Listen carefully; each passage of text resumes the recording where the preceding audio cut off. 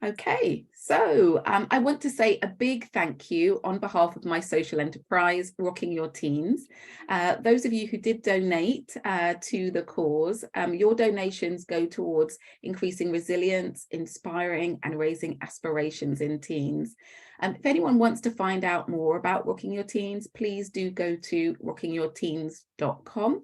And we actually have an annual conference coming up for girls to celebrate International Women's Day. The event will take place on the 23rd of March. So do get in touch if you'd like to get involved in some way. And my colleague Tanya will add the URL for Rocking Your Teens into the chat. So for those of you who don't know, my name is Jenny Garrett, and I am an award-winning executive career coach, author, and leadership trainer. And together with my team, we deliver impactful development to support women and those from ethnically diverse backgrounds to progress at work, as well as supporting majority group leaders to make inclusion happen. My latest practical and empowering book is Equality versus Equity, Tackling Issues of Race in the Workplace. So feel free to pre-order or look it up. And again, my colleague Tanya will type the link in the chat. So working as a diversity, equity and inclusion professional is already quite a tough job, but even tougher if you are from a minoritized group yourself. You may feel like the work you do is an uphill battle, that you find it hard to switch off from that important work, and that people don't recognize the personal toll it can actually take on you. Today's session is all about helping you to develop the resilience to keep going. In terms of a definition for resilience, we use the American Psychological Society's definition.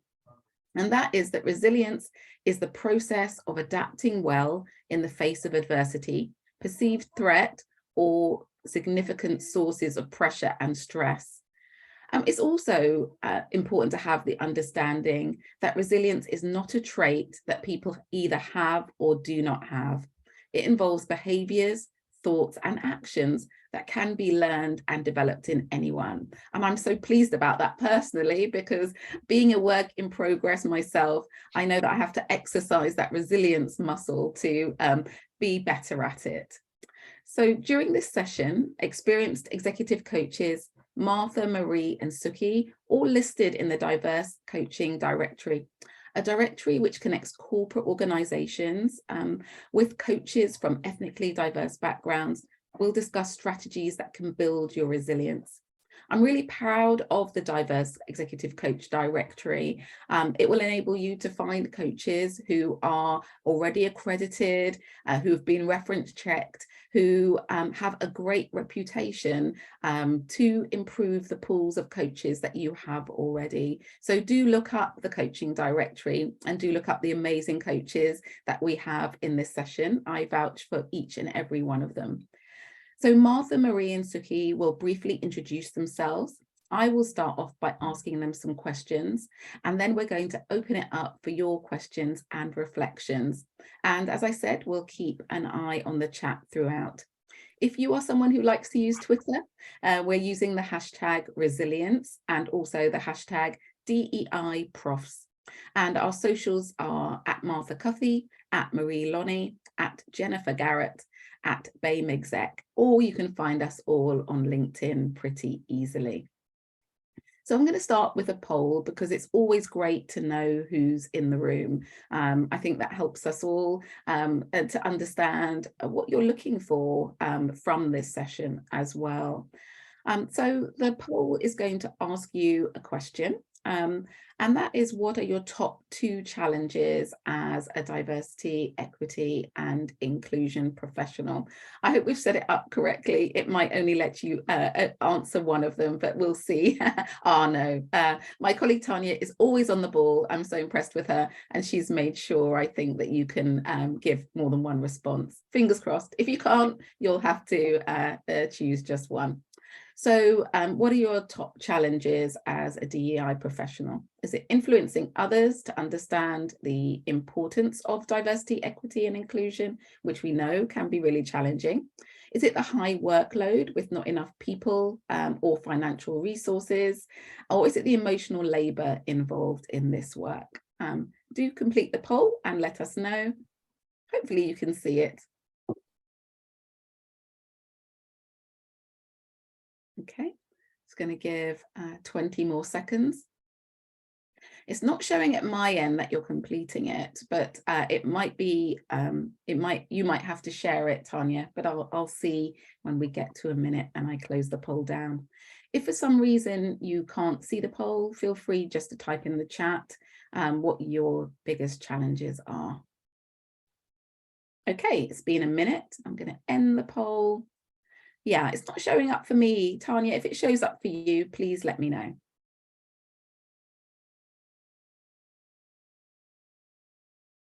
Maybe you can just share the poll yourself.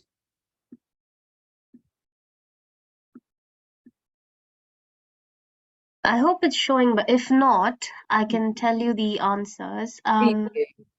Yeah, so influencing others to understand the importance was 64%.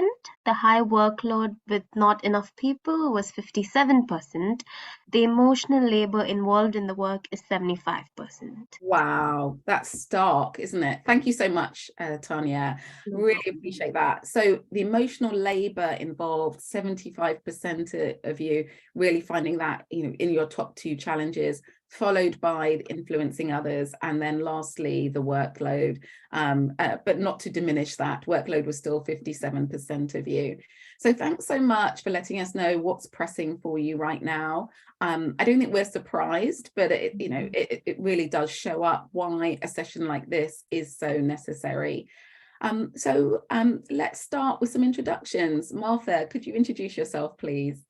Hi, welcome everyone. Thank you for coming to this. My name is Martha Cuffey. I'm an executive coach. I also lead programs for women and also programs that help people from ethnic diverse backgrounds gain board positions. My area of specialty as well is to combine coaching with somatic facilitation. And by that, I mean really getting people to understand that there are so many more resources available within our own body if we grow in awareness of what's going on inside, and using that to show up and expand our range of leadership, as well as change how we communicate to others. Thank you. Fabulous. So great to have you here. And Marie. Hi, I'm Marie. Lovely to be here with all of you today. I'm a creative. In my past life, I was a fashion designer. So I ran a business where I was designing and producing women's wear and selling around the world. And that was an extremely pressurized environment, exciting, but the reality was it was really demanding. There was excessive stress and anxiety, overwork, and eventually burnout. So when I was talking to my peers and other people I was meeting, you know, on my travels, we all felt kind of helpless and we couldn't see any kind of way out. So eventually I decided I was going to step off that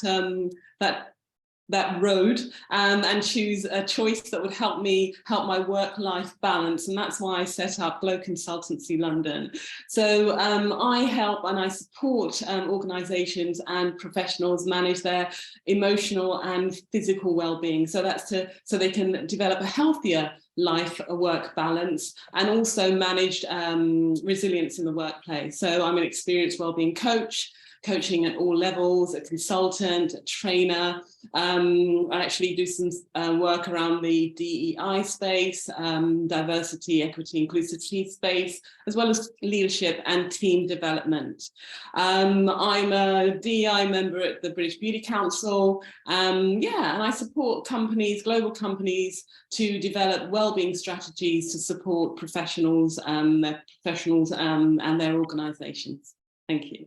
Fabulous. Thank you so much. Great. And Suki. Thanks, Jenny. And thank you all for coming and joining us. Good afternoon. I'm Suki Collins, and I have a company called Pebbles Coaching. I'm a leadership award-winning business coach and an accredited executive coach and a non-executive director. I specialize in leadership development using black box thinking and systemic thinking. I champion DEI and have been involved in DEI for the last 20 years or so. I also sit on the CIPD, the Chartered Institute of Personnel and Development for DEI as well. So I'm looking forward to the discussion that we're going to be having, and I hope you get what you want from this. And if you have any questions at all, do not forget to come in contact with us. Thank you, Jenny.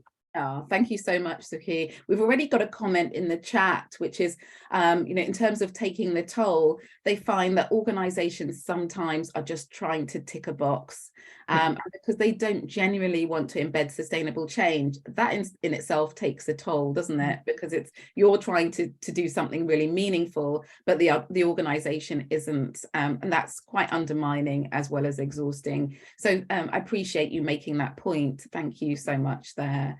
So I'm going to get straight into our first question, and that is, how are the challenges associated with the role of diversity, equity and inclusion professional compounded when you yourself are from a minoritized group?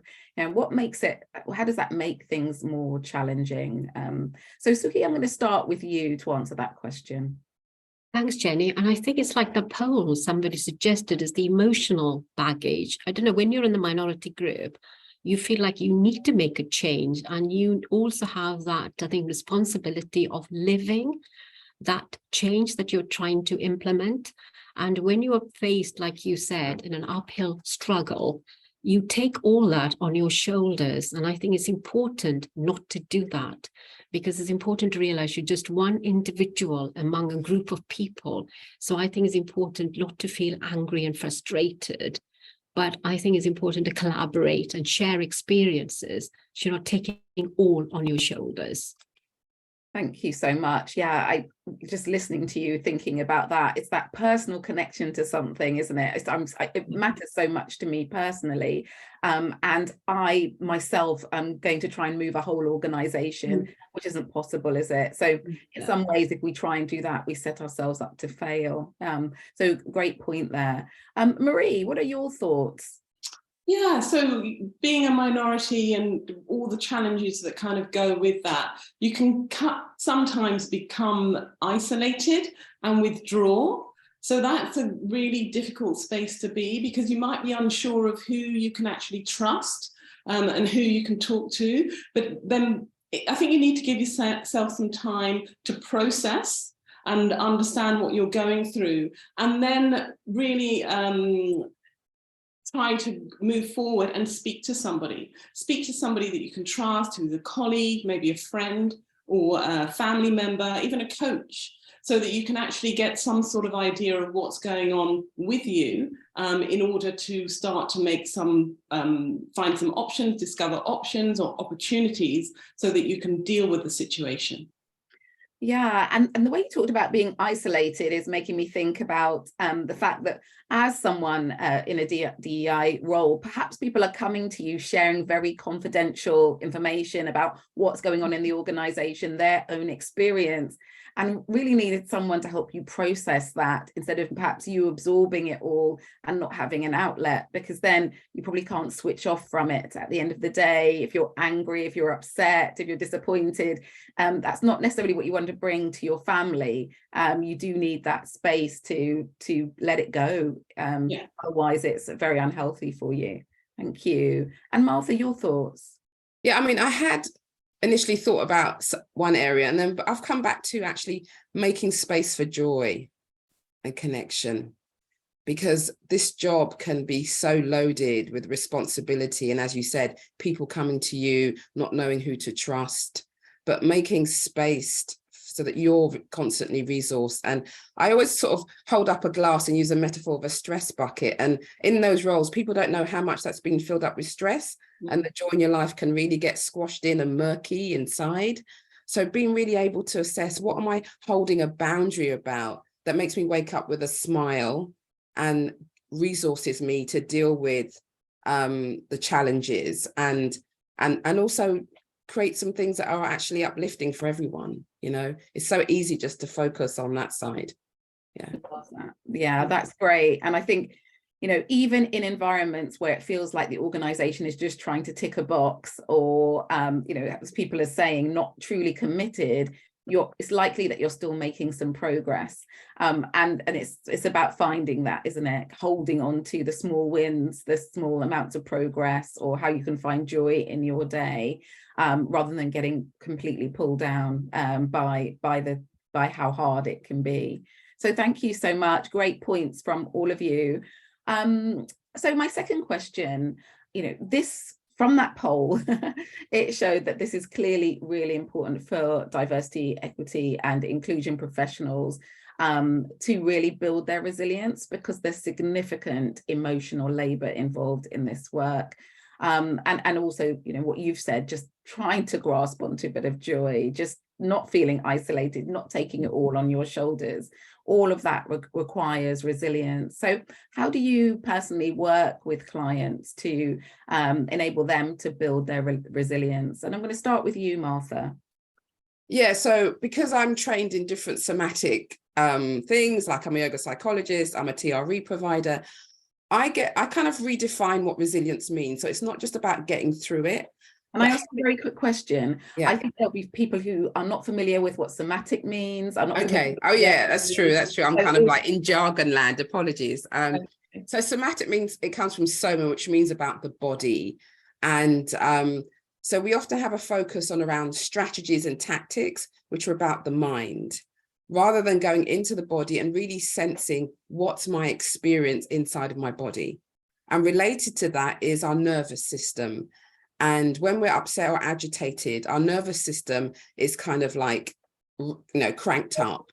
And so understanding how you show up and work in relationship to your body and your nervous system is really crucial to shifting the dynamics towards resilience, whether you burn out, and also establishing clearer boundaries, because you understand, today I've woken up, I'm feeling quite vulnerable and fragile.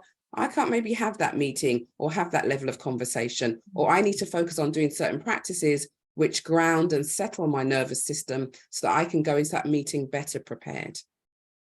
And often now in the Zoom world, we're bouncing from one meeting to another, so there isn't any space to kind of ground and recenter. And so we can easily be kind of blown off course, triggered, say things that we didn't want to say, or be overly impacted by what others say.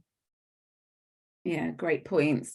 It made me think about, when the killing of George Floyd happened and organizations sprung into action, saying, we've got to do something here, we've got to have listening groups, we've got to do this and do that, without thinking about the personal toll that it might be taking on a lot of diversity, equity and inclusion leads, and how they possibly couldn't be part of those groups and get the support that maybe organizations are giving, and how people, I think sometimes people did take out time for themselves and recognize the toll, but for others, they kept going, and how unhealthy that probably was for them. Yeah, and people felt guilty if they took time for themselves as well.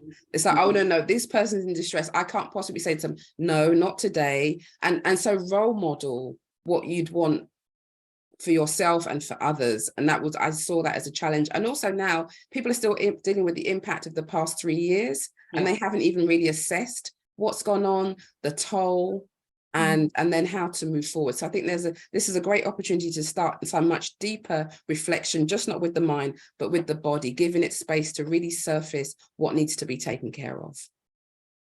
Thank you so much. Suki, what about your thoughts? Well, I was going to answer one of the questions, I think, in the chat, because somebody asked to hear tips on how to deal when your own trauma triggers come up with conversation with colleagues, because that actually touches on the question I think you asked, Jenny, and what Martha covered as well. One of the things I think is very important is always learn to breathe properly in any meetings at all, because that way it's like when you sit back and you are like shoulders back and you're breathing then properly, because that's one of the ways I think, even when somebody's getting stressed around you, your voice doesn't change because you're breathing properly. And it's like when Martha said, taking that space around you, I think, own that space, but look after yourself as well. That's very important, because you don't want to, if somebody else is getting stressed in a meeting, you don't want to add to that stress. So you want to bring that stress level down and learn to breathe properly, because I know it sounds a ridiculous thing to say, but we don't breathe properly. Most of us don't, and we don't actually, that's one of the reasons it builds up stress. But if you learn to breathe, that power post thing that we always talk about, and going into meetings, and do that before you go in. So you own that space and you're owning the meetings. So any triggers at all, Danielle, that comes up, I think start to breathe properly, just to, like you said, hold that space for yourself, just own it, but be mindful of everybody else around you as well. And I think that's how to start building that resilience. Yes, just in case people haven't come across the power pose, do you want to say more about it or even demonstrate it, Suki? Oh, well, I'm actually sitting down today. Normally I stand up because I'm on the Bay campus today, because I'm here to do my MBA students at the moment. You literally stand up and shoulders back and your hands on your hips and do like breathe in and out really deeply for about 2 minutes. And it does help if you actually look at yourself in the mirror doing that, then you actually keep that back, shoulders back, PowerPoint, because I used to do that every meeting. I used to, but now eventually if you keep doing it, your body sort of gets used to that, and you do it without thinking about it, because you just breathe and you just put your shoulders back, and that helps a great deal of any challenges you face. Wonderful, thank you. And it was made famous by a woman called Amy Cuddy, excuse me, and she has a fantastic TED talk demonstrating it, and other power poses, not just that one, but she, you know, the research says it changes your physiology. Just another resource is Eckhart Tolle, who says that if you focus on your breath, you can't focus on anything else, and that can really help clear your mind. And I was also talking just before we started the session, talking about positive intelligence, which they call PQ. There's quite a lot of mindfulness exercises that you can do in front of other people, because people often think I need to go away and meditate for half an hour on my own. But actually, there are lots of things you can do, small 2-minute activities that you might do while talking to someone. They'd have no idea that you were getting yourself into that mindfulness space. So I think the breathing, mindfulness, focusing on your breath, all of these things can absolutely help, as you were saying. And last but not least, Marie. So just adding to what everyone's been saying, breathing is something that I use a lot with my clients. And when we usually start our sessions, we start to breathe, and we use a technique called cardiac coherence. And that technique is basically breathing in on the count of 5 and breathing out, in through your nose and then out through your mouth really slowly. And then you can take it longer and longer. So you do that for 5 minutes. And I find it really does center people. So we close our eyes softly when we do that. And sometimes I talk about visualization and taking the weight off. And de-stressing in that space, and sometimes that can really work for clients. So that's a tool that people can actually use when it comes to things like, you know, things that are happening to you in that space. I usually invite my clients to start to think about listening to themselves. So that's listening to what you're feeling, what's going on with yourselves. And I'm loving what Martha's talking about, the body, bringing the mind and the body together, and listening to what that actually is, and actually trying to think about what you can control and what you can't control, and what maybe you can do better or you can improve on in that space whilst you're there. There's another thing I'd add, is that our perception of time is distorted when we're triggered. So what is a 5-second pause may feel like 5 hours, but it isn't. So you do have time to apply some of the things that Marie or Suki or Jenny have suggested, and there's only a tiny amount of time that has elapsed. That is so true, isn't it? Yeah. It's owning that space, isn't it? Give yourself that time for yourself. It's so important. Yeah, I noticed the question also talked about boundaries in there. So there's something about us getting ourselves in the right zone, but there's also something where perhaps what someone's saying to you is so triggering for you. How do you perhaps walk away? Or how do you stop the conversation? Or because breathing is one thing to manage how you feel, but perhaps you need some boundaries around the relationships. Maybe everyone's knocking on your door and telling you about the microaggressions they're experiencing, or other things. And I wonder just any further tips on actually managing the boundaries of relationships as well. I think set expectations around what the meeting is about, and say, if it's about this, happy to discuss this. If it's about that, then that needs to be discussed at another date. And if something comes up unexpected in the meeting, you say, wow, I wasn't expecting that, and I'm noticing that I'm unable to respond to it, and I need a moment. And it may be that you need to cut the meeting, or that you just need a moment. But I think what helps people, and where I help people, is to have scripts in advance. Yeah. That even if you're blindsided, you have some things that you can already say that help you stay balanced, even if you don't know what's going to come next. And that's the thing, our mind wants to kind of control what goes next, and we can't. It's just about moment to moment responding and trusting that that will unfold what needs to happen. Yeah, I really like that, Martha, that whole sense of, you know, giving yourself time out. Almost, it might be a nanosecond, it might be a few seconds, and actually I think by saying that to people, you're regaining a slight control of that situation. You're not allowing it to kind of get deep into you for you to trigger or react in some sort of way. You're giving yourself almost breathing space to actually think what you can say going forward. And that whole thing about, you're not necessarily saying no, but that whole thing about saying, no, this can't happen right here, right now, is all right. And I think we should be able to do that, because when we feel people are in a space or a place or vulnerable, we want to care for them. So we want to give of ourselves, and they are willing to take as much as we can give. And then they're left empty and with nothing. So it's almost like, actually, no, let's deal with this at another point. Yeah, and adding on what you said, also, most of us go into meetings with our agendas. That's already, I think, saying there are no boundaries, anything goes. And I think that should be a no-no for a start. And also, I think, listening to what you just said.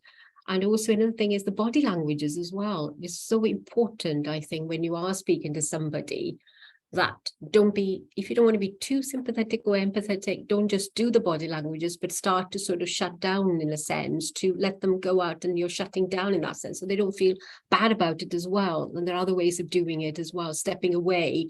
Then people realize that you don't want to have that conversation. So you're not actually being rude to them, but you're actually saying by the body languages that you don't want to get involved in it. So I think owning that space is just it's not about being rude. It's like Marie said, doesn't have to commit to everything, but just having that space for yourself to actually have that resilience for yourself, because you can't be resilient to everybody else as well. You need to teach them how to be. So start with yourselves. I would also reframe boundaries as an expression of self-love. Yeah, I like that. yeah. Yes. Bravo. Yeah, I agree with that. I think how I often think about it is actually to be my best for you, I need to step away from this. I need to think about how I'll manage it, or I need to refer you to someone else. So it's almost like, actually, you're going to get a subpar response from me, subpar level of listening from me, because this is triggering me, or whatever's happening. So actually, to give you my best and not come away with you thinking, well, oh, she wasn't really listening, or she's unhelpful. I might need to go away to find the best solution for you. So there's something like that. And I think sometimes, because of where someone is, maybe they will experience it as rejection, but that's their stuff. Sometimes it's not your stuff. So how people feel, we can't always control. So I think we don't have to own how everyone feels as well. Sorry, Marie, you've got to speak. I think that's what we need to recognize. We need to recognize that that's somebody else's stuff trying to impose on yourself. You don't have to open the gates and let them in. I mean, I'm still part of a global learning group. And one of the things that we learned was some things that somebody says that they are unaware of how that would impact me as a Black person is actually blowing harm through me. So there were specific exercises actually where we were in separate groups. So people would appreciate that actually this conversation is not for this person to hear. You may need support on it, but it's not for me as a Black woman to hear. And that's what's not, I think, if you looked at the program on television about the school that tried to end racism, they started off with the children in separate groups, which caused a lot of why we're doing this, but it was so important to create safety and to deepen the conversation later on. Fantastic points. So do put any questions that you have in the chat. What's one thing, and you've suggested so many things, but what's one further thing that someone can do that they're watching today and they want to develop their resilience? What's one small thing that they can start to do? or perhaps they want to support someone else with their resilience. So they're here and there's significant emotional labor that they're putting in each day. What's something they can do to start developing their resilience, or something to support someone else? And I'll start with Marie this time. So I'm a real advocate of writing. When I have difficult situations, I encourage my clients. I also do it myself. It's almost like an emotional dump. However, what difficult situations I might face, depending on the severity of it all, I go and just write it all out. I do also routinely, not every single day, write in a journal. And I write certain things maybe that I've achieved, certain things that maybe have been a challenge. And then I reflect on that. I process the situation. Then after some time, I'll reflect on that. And there may be learning through that for me to actually identify. And sometimes I can put every single thing in that, all the kind of factors that contributed to that situation. And by doing that, I can step back and look at it. And I feel like I can, at that stage, separate myself slightly. It doesn't happen in a day. Rome wasn't built in a day. It doesn't happen in a day. It may be over a week. It may be over a month. But when I'm ready, emotionally ready, I can actually reflect on that and then look at possibilities, look at some opportunities, look at how I might move forward in that situation. Fantastic. Thank you so much. And I will ask Suki next. Well, I think reflecting on what Marie said, I think we shouldn't be looking at the bigger picture all the time. Look at small steps to take you to the bigger picture. Because sometimes I think things like you're looking at culture change. So communication is important, not with yourself as well as other people. So take it one step at a time. I call them milestones. And every time, I think it's reflecting on everything we've said so far. Every time you achieve something, celebrate it. You've done that, because what the brain starts to do then is it reinforces that positive message. I think it's going back to positive, I think intelligence, like Jenny, you spoke about. The brain then, I think it starts like impetus reaction to start making more changes, and you do take that positive thing around you to people. So I would say small steps. Don't start running. Like you said, it's like Marie said, Rome wasn't built in a day. So always consider small steps. Lovely, thank you. And Martha? I like play, because play is about moving from one spot to the other. So I have like toys like this that I use with my breath and with groups actually, and it's quite hypnotic. And just to demonstrate how to slow yourself down. So many people have their cameras off in meetings, and so you could just be doing this just to slow it down, and using this to mimic your breath. You see, with the different colors. Imagine that you're letting go of things. I think I'm having a hypnotic moment here. I know. And Tanya, thank you, Tanya. It's called a Hoberman sphere, but I mean, on Amazon and stuff, they've given it another name, like as a toy. So I like to use things like that, so you really understand where you are in the moment, and just to shift. So like this one as well. Am I feeling really tight in this meeting? Do I need to expand a bit? Am I overstretched? Or is it kind of crazy with the snow? You've made us all laugh, so you've definitely brought fun and joy into the space. And I know that before when we were talking, you were talking this idea of just pressing a pause button as well. Yeah. I've had clients write a pause button on their desk as a physical reminder of not to become a runaway train with your thoughts or other people's demands of you, and say, actually, what do I need for myself in this moment? What do I need for myself in this moment? Yeah. I think it's good as well, just listening to all your points, to almost assess your level of resilience. How is my physical well-being? Am I eating well? Am I sleeping? If those things aren't going well, then it's much harder to be resilient in the workplace, isn't it? How are my relationships? Have I got supportive relationships around me inside the workplace? Have I got allies? Does it feel like I've got enemies? How is that feeling? Where is the support? And why? why do I do this work? For me, the biggest part of my resilience running a business or doing the work I do is connecting with my why. Why do I do it? Why is this important to me? What's the legacy I want to leave? What's the difference I want to make?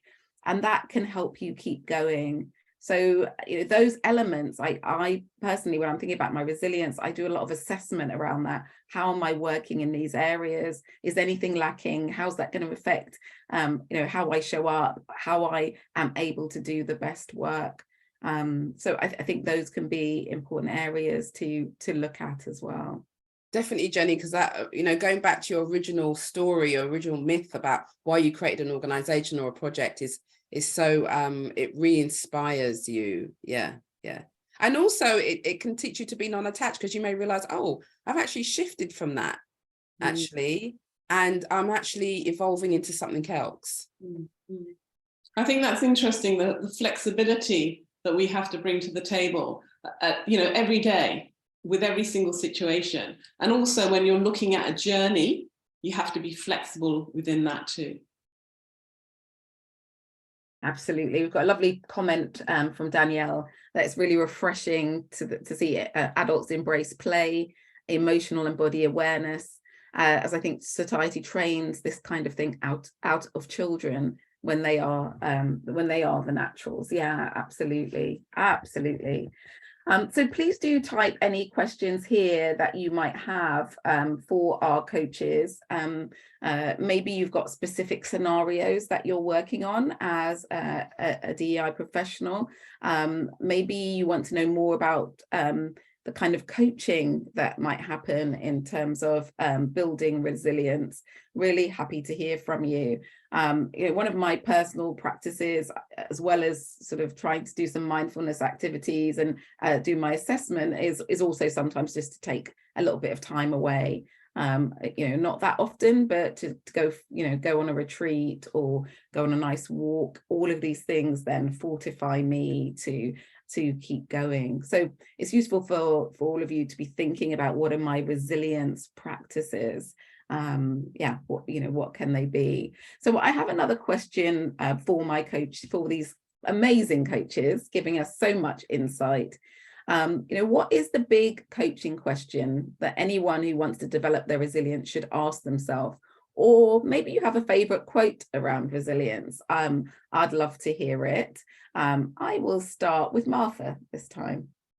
Okay, so I thought about this morning, and it was like, what is unconsciously and consciously filling your joy and stress bucket every day? Because then you get to see whether it's kind of out of balance or it's one side more than the other. And then you'll be hopefully inspired to kind of go, oh, actually, I need to build up my resources that fill me with joy and meaning. And yeah. And I think probably some coaching around that, because what you might do is you might think, well, maybe I'm not supposed to have joy. Life is hard, and that's what, etc. So there might be some underlying beliefs beneath those buckets as well that you might need to work on. A fantastic question. Suki, what about you? What do you think? I would probably want to know, I think, what my trigger points are to understand what causes stress in me. So I would probably want the coach to work with me on that as a resilience. If I am trying to build my resilience, I think, because most of us go through life without actually knowing what triggers our stress. And if you know that, and I know, then oh my God, I am getting it. So I need to take that space out, like all the framework that we spoke about taking the time out, breathing, all that stuff. And if you do that at the start of it, then you wouldn't be getting into all the other stuff that you're getting into, overwhelming and not knowing where the boundaries are. So I think I would start working with that with my coach. So it's this idea of sort of unpacking and reflecting on your experience. Very much. I think we may have all had it. We know we've got a meeting with that particular person. Suddenly the shoulders are tense, and I've got to put my armor on, ready for this battle, and just thinking, why is that? Why am I tense for this person particularly? Why? What is it about it that maybe I'm seeing as hard? How can I reframe that? Or what is it triggering for me? What is it triggering for me that maybe is something that I haven't resolved as yet? Oh, love this acronym. Tell me more, Martha. Yeah, it's just like, wait, why am I triggered? So it's like a pause to yourself. Wait, why am I triggered? Exactly. Yeah. Yeah. It says a lot about us as well, and the other people. It's like unconscious thing that you said about, isn't it? What somebody's doing, triggering that reaction in us. And if you know it, then you won't be reacting next time, because you will just find a way to deal with that and move on, don't you? Yes. And positivity always helps. Yeah. And sometimes those triggers, you begin to realize that that was something that maybe happened in the past. Yes. That you didn't connect with. Mm. And then when you connect with that, and then your realization of how you came through that or didn't, and how you can move forward, can help you to then sort of deal with that. So if you're in a meeting, you're going to someone who's, you know, maybe senior to you, and you've always had a bit of a kind of a stressful time in that situation, you might want to start to think, well, you know, they're only human. If I can help control, or I can help mold this situation, I'm in control as well, you know, and I'm going to take it back, and I'm going to do my best to make this situation, make a better situation. Yeah, absolutely. Absolutely. So that same question to you, Marie, what's the big coaching question that you might ask to help someone develop their resilience? I've got more of a little sort of saying that I want to tell everyone. So developing a resilient strategy is a lifelong fitness plan, and it's not a crash diet. Because I think it's all about the journey, and it's all about the journey that we're taking, and remembering that this is a journey. We're developing muscles along this journey. There are twists, there are turns, there are ups, there are downs, but it's a journey that will strengthen us so that we can move on to the next situation, and give us tools to approach another situation. Okay, I've got a question. We've got a question in the chat, but I've got a question before that, which is, in my experience working with diversity, equity and inclusion professionals, sometimes the goalposts moved quite quickly. So there's a CEO who's really interested and really committed. Then someone else comes in and it's not their agenda anymore. You know, this sort of, and they have to just shift accordingly, or they're reporting to someone really senior. And then suddenly it's shifted into HR or something that means, and there's nothing wrong with HR, but you're moved into a place where you have less direct power to take control and make things happen. And I think that sort of shifting goalposts, shifting sands, I notice it happens a lot with people from diversity, equity, inclusion fields. And I just wonder, anything around, you know, the resilience to deal with that kind of level of fast-paced change, which means that you don't know where you stand? Any thoughts on that? I think for that, I think it's always nice to have a buddy that you speak to about things. Because I know that when I used to work in the universities on the Athena Swan, it happens exactly what you just said, Jenny. And now, I mean, like today, I was attending a meeting on the university SAT team, and I sat on it. It's the EDI now. Now we've been told that if you've got to submit race charter in before you get funding. So that's already changing now. And people don't sometimes even understand what EDI is. And when you try to explain to them, it's equity, diversity, and inclusivity. And they go, what do you mean by that? And I think it's all about, being flexible. I think it's going back to, don't take everything on your shoulders.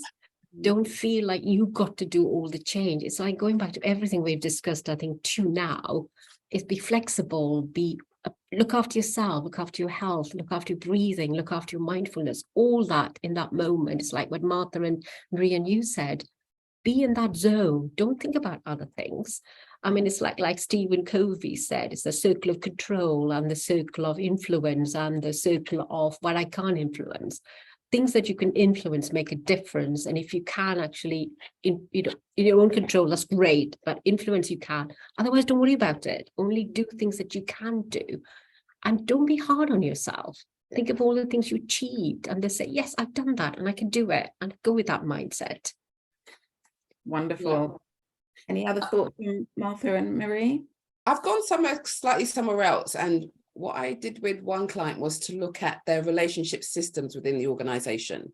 So how do you keep those really alive? so that you're not dependent on that one boss or that one program, so that you can keep in conversation with what you're doing and it's not limited by the specific project. So to really have that systemic awareness of where your strong relationships are in the organization. That's great. That's such a great, that relationship mapping is really key. And it also shows you where the gaps are. Yeah. Everything changes in that place. What does that mean for everything else? So, and then you can maybe fortify yourself if you found that out. So yeah, great, a great tool and a great approach. Thank you. Anne-Marie?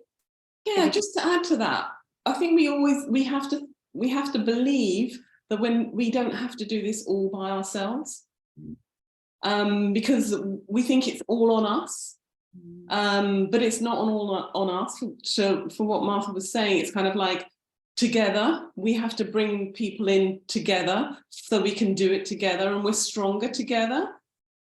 So I think we need to kind of really engage with that, and also fight, we only need to fight one battle at a time. We don't need to just, take on everything, every last thing. And to what Suki was saying about communication, we need to start to communicate what we can do, how we can do it, what we need to do at that time. Because we go back to the whole thing about space. Maybe we need space to digest, to pivot, to be flexible, and then see what the new options might be. Fantastic, lovely. So we've got a very tough question here from Jay. A question from me is, what is certain in your life? Who wants to answer that one? That is a very good question. What is certain? Again, I think going back to what's in your control is definitely certain, because you know how you control it and your action. The only thing that you're not certain, if you're working with other human beings, nothing is certain, Jay, ever, because it's like what you bring onto that table and what happened before you arrived at that table influences what happens on that table, the discussions. So I think it's important not to take everything personally. So certain is only yourself, that what you're bringing onto the table, I think, is certain.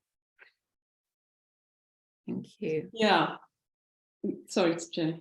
Oh, go. No, so yeah, you are the only certain thing in the room, really. So I think the practices that you have, the beliefs that you have, the worth, the value that you instill in yourself. So for me, I encourage my clients every day to kind of think first thing in the morning to bring some sort of positivity into the room.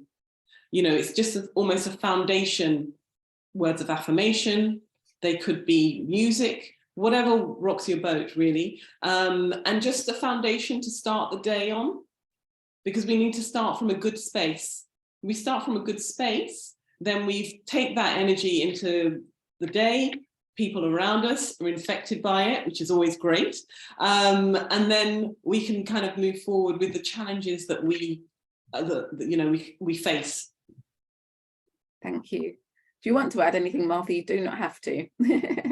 I once went on a course when I was young, in my early 20s, that was really powerful. And it was about 20 different ways to say no.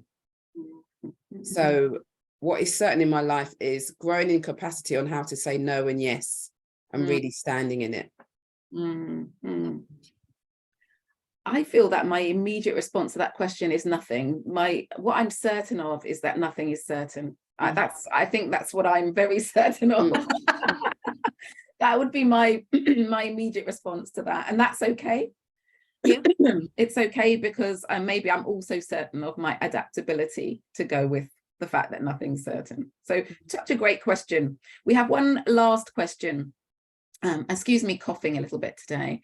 Oh, and another one, but I think we might not get that one in. And it's the difference between equality and equity. So someone's saying that they speak about diversity, equality, and inclusion, but now there's a shift to diversity, equity, and inclusion. I have just written a whole book about this, but is this something that organizations should be looking at? So great to hear perspective from whoever from the panel wants to add. I was going to say, I mean, equality is all about treating everybody equally, whereas equity is about giving everybody the same chance to prosper. So depending on who they are and what the challenges they're facing. So I think we do need to start looking at it as equity, not equality.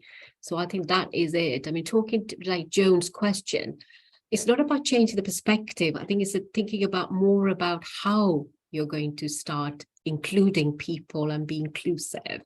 I think it's going back to, again, what we've been talking about is what you can change and what you can't change, but be clear about that. Don't just start committing to too much. And I don't want you to start going to equality and starting from one to the other. Don't start doing that. It's like a big project. It's not. It just needs few tweaks here and there to start giving everybody equity.